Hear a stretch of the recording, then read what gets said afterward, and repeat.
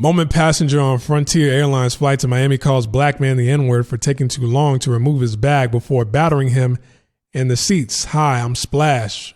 Red Voyage News. Thank you for tuning in.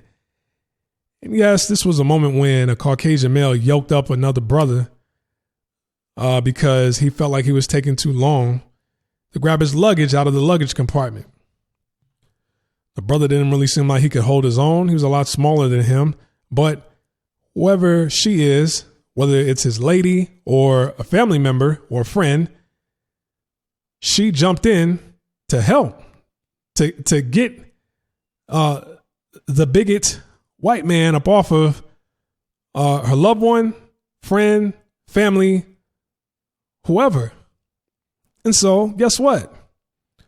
Whoever this is, wife, girlfriend, family member, she jumped in to start putting hands on the sister here that was trying to get the racist, white supremacists up off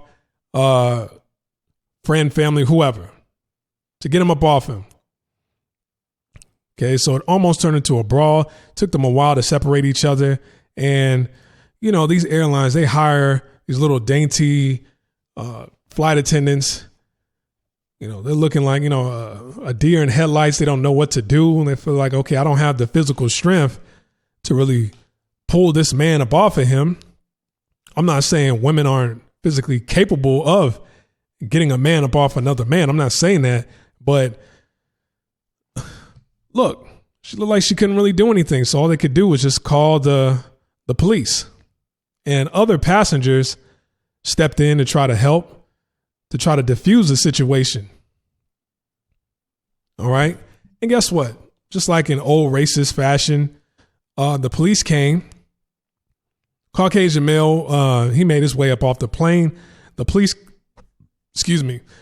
came and walked right past the Caucasian male and went straight to the black man, ready to arrest him or cause harm to him, whatever the case was. But you know, they walked right past the suspect and wanted to arrest the victim.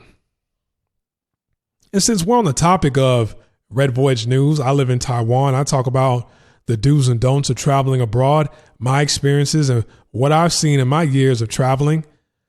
I've seen this before. And mind you, Frontier Airlines this year alone, since the beginning of this year, they've already had to cough up, they've already had to cough up over $620,000 worth of penalty fees because of unruly passengers. Of all the airlines alone in America, there's been over 3,000 cases of unruly passengers where airlines had to pay out penalty fees because of these unruly passengers. Okay. And if, you know, on the subject matter of traveling abroad, living in Asia, I've seen this happen before.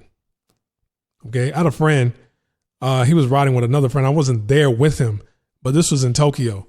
And I don't know where they were going, but, you know, all throughout Asia, whenever you travel, you see Asian-owned businesses with Caucasian people as the models on their advertisements.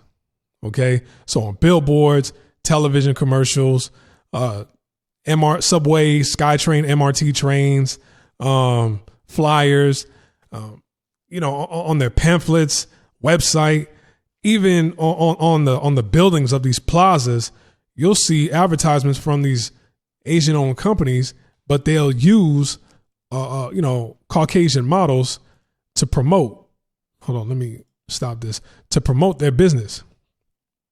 And my friend and his friend were having a conversation talking about that. They were saying like, hey, you know, a lot of Asian companies don't feel like their business will be successful if they use their own people as models to promote their business. And to be honest, that's a fact. Okay. Some might say that it's an opinion, but from what I've seen and the amount of pictures I've taken, like I go out searching for Asian-owned businesses with Asian models. Like you rarely see it. Some here and there you'll see it. So, you know, I know some Asian business owners might not feel that way, and some, customers, citizens, they might not feel that way. So let me change that from a fact to an opinion. But it's a fact. I've seen more businesses, Asian-owned businesses with Caucasian models. It'll be a dental office, a restaurant, health insurance, the whole pamphlet, brochure, the website. It's all in Chinese. It's all in Japanese. It's all in Thai. But the models that they have on these ads are blonde hair, blue-eyed, Caucasian people. So there was a white guy standing behind them, and he just became livid at what they said. And it's like, okay, why are you upset? The other Asians around them that heard them talking, they weren't tripping about it. It wasn't like they were talking loud enough for everybody to hear them. But, he was just, typical fashion, eavesdropping, being nosy. He decided to butt in and escalate a situation that wasn't even an issue. Like, we weren't even talking to you, but he was raising his voice, getting aggressive, getting loud. So word got up to the conductor. They notified security at the next train station. Security from that next train station, when they stopped, came onto the train, pulled the black men off of the train and said, hey, you wait here. Let him go on his train to the next stop. You can wait for the next train to come. Like, why the hell do I got to wait for the next train to come? Making me late to wherever I need to go to. He's the one that started it. I wasn't there, but this is a word from what they told me. And, I know my friend a long time. He wouldn't really have a reason to lie like that. When I was in Thailand, there was what's it called? Terminal 21 is the mall at Esso Station. Okay. It's a very busy mall.